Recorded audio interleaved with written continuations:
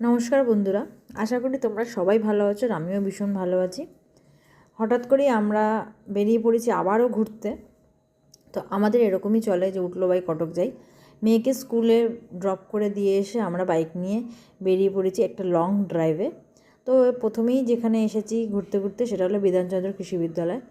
তো এখানে আমরা ভাবছিলাম ঢুকতে দেয় কি দেয় না, তো সবাইকে পাশে পাশে সবাইকে জিজ্ঞাসা করলাম, দু একজনকে, সে বললো হ্যাঁ ঢুকতে দেয়। তো যথারীতি আমরা ভেতরে চলে এলাম। তা ভেতরে ক্যাম্পাসটা এত বড় যে আমরা বাইকে করে ঘুরেও মানে হাঁপিয়ে যাচ্ছে এরকম। তাও অনেকটা সকাল ছিল, তো তো সেরকম কেউই বলতে গেলে ছিল না, শুধু আমি আর আমার হাজব্যান্ড বাইক নিয়ে এপাশ আর ওপাশ ঘুরছি আর চারিদিকটা শুধু দেখছি। আমরা বেসিক্যালি গেছিলাম ভেতরে এক্সপ্লোর। তো ওখানে এক্সপ্লোর করতে গেছিলাম আমরা, খুব ভালো লাগেছে জায়গাটা এতটাই বড় আর এতটা এরিয়া জুড়ে সত্যি মানে পায়ে হেঁটে দেখাটা সম্ভব না। আমরা গাড়ি করেই ঘুরছিলাম, মানে বাইকটা নিয়ে, আর চারিদিকটা খুবই জনশূন্য ছিল। আর আমার হাজব্যান্ড ওখানে গেছিলো, ওখানে হচ্ছে ভার্মি কম্পোস্ট সংরক্ষণ জায়গা। চলো এবার ওখান থেকে বেরিয়ে প্রচণ্ড পেয়েছে খিদে, তাই চলে এসেছি এখন চা খেতে।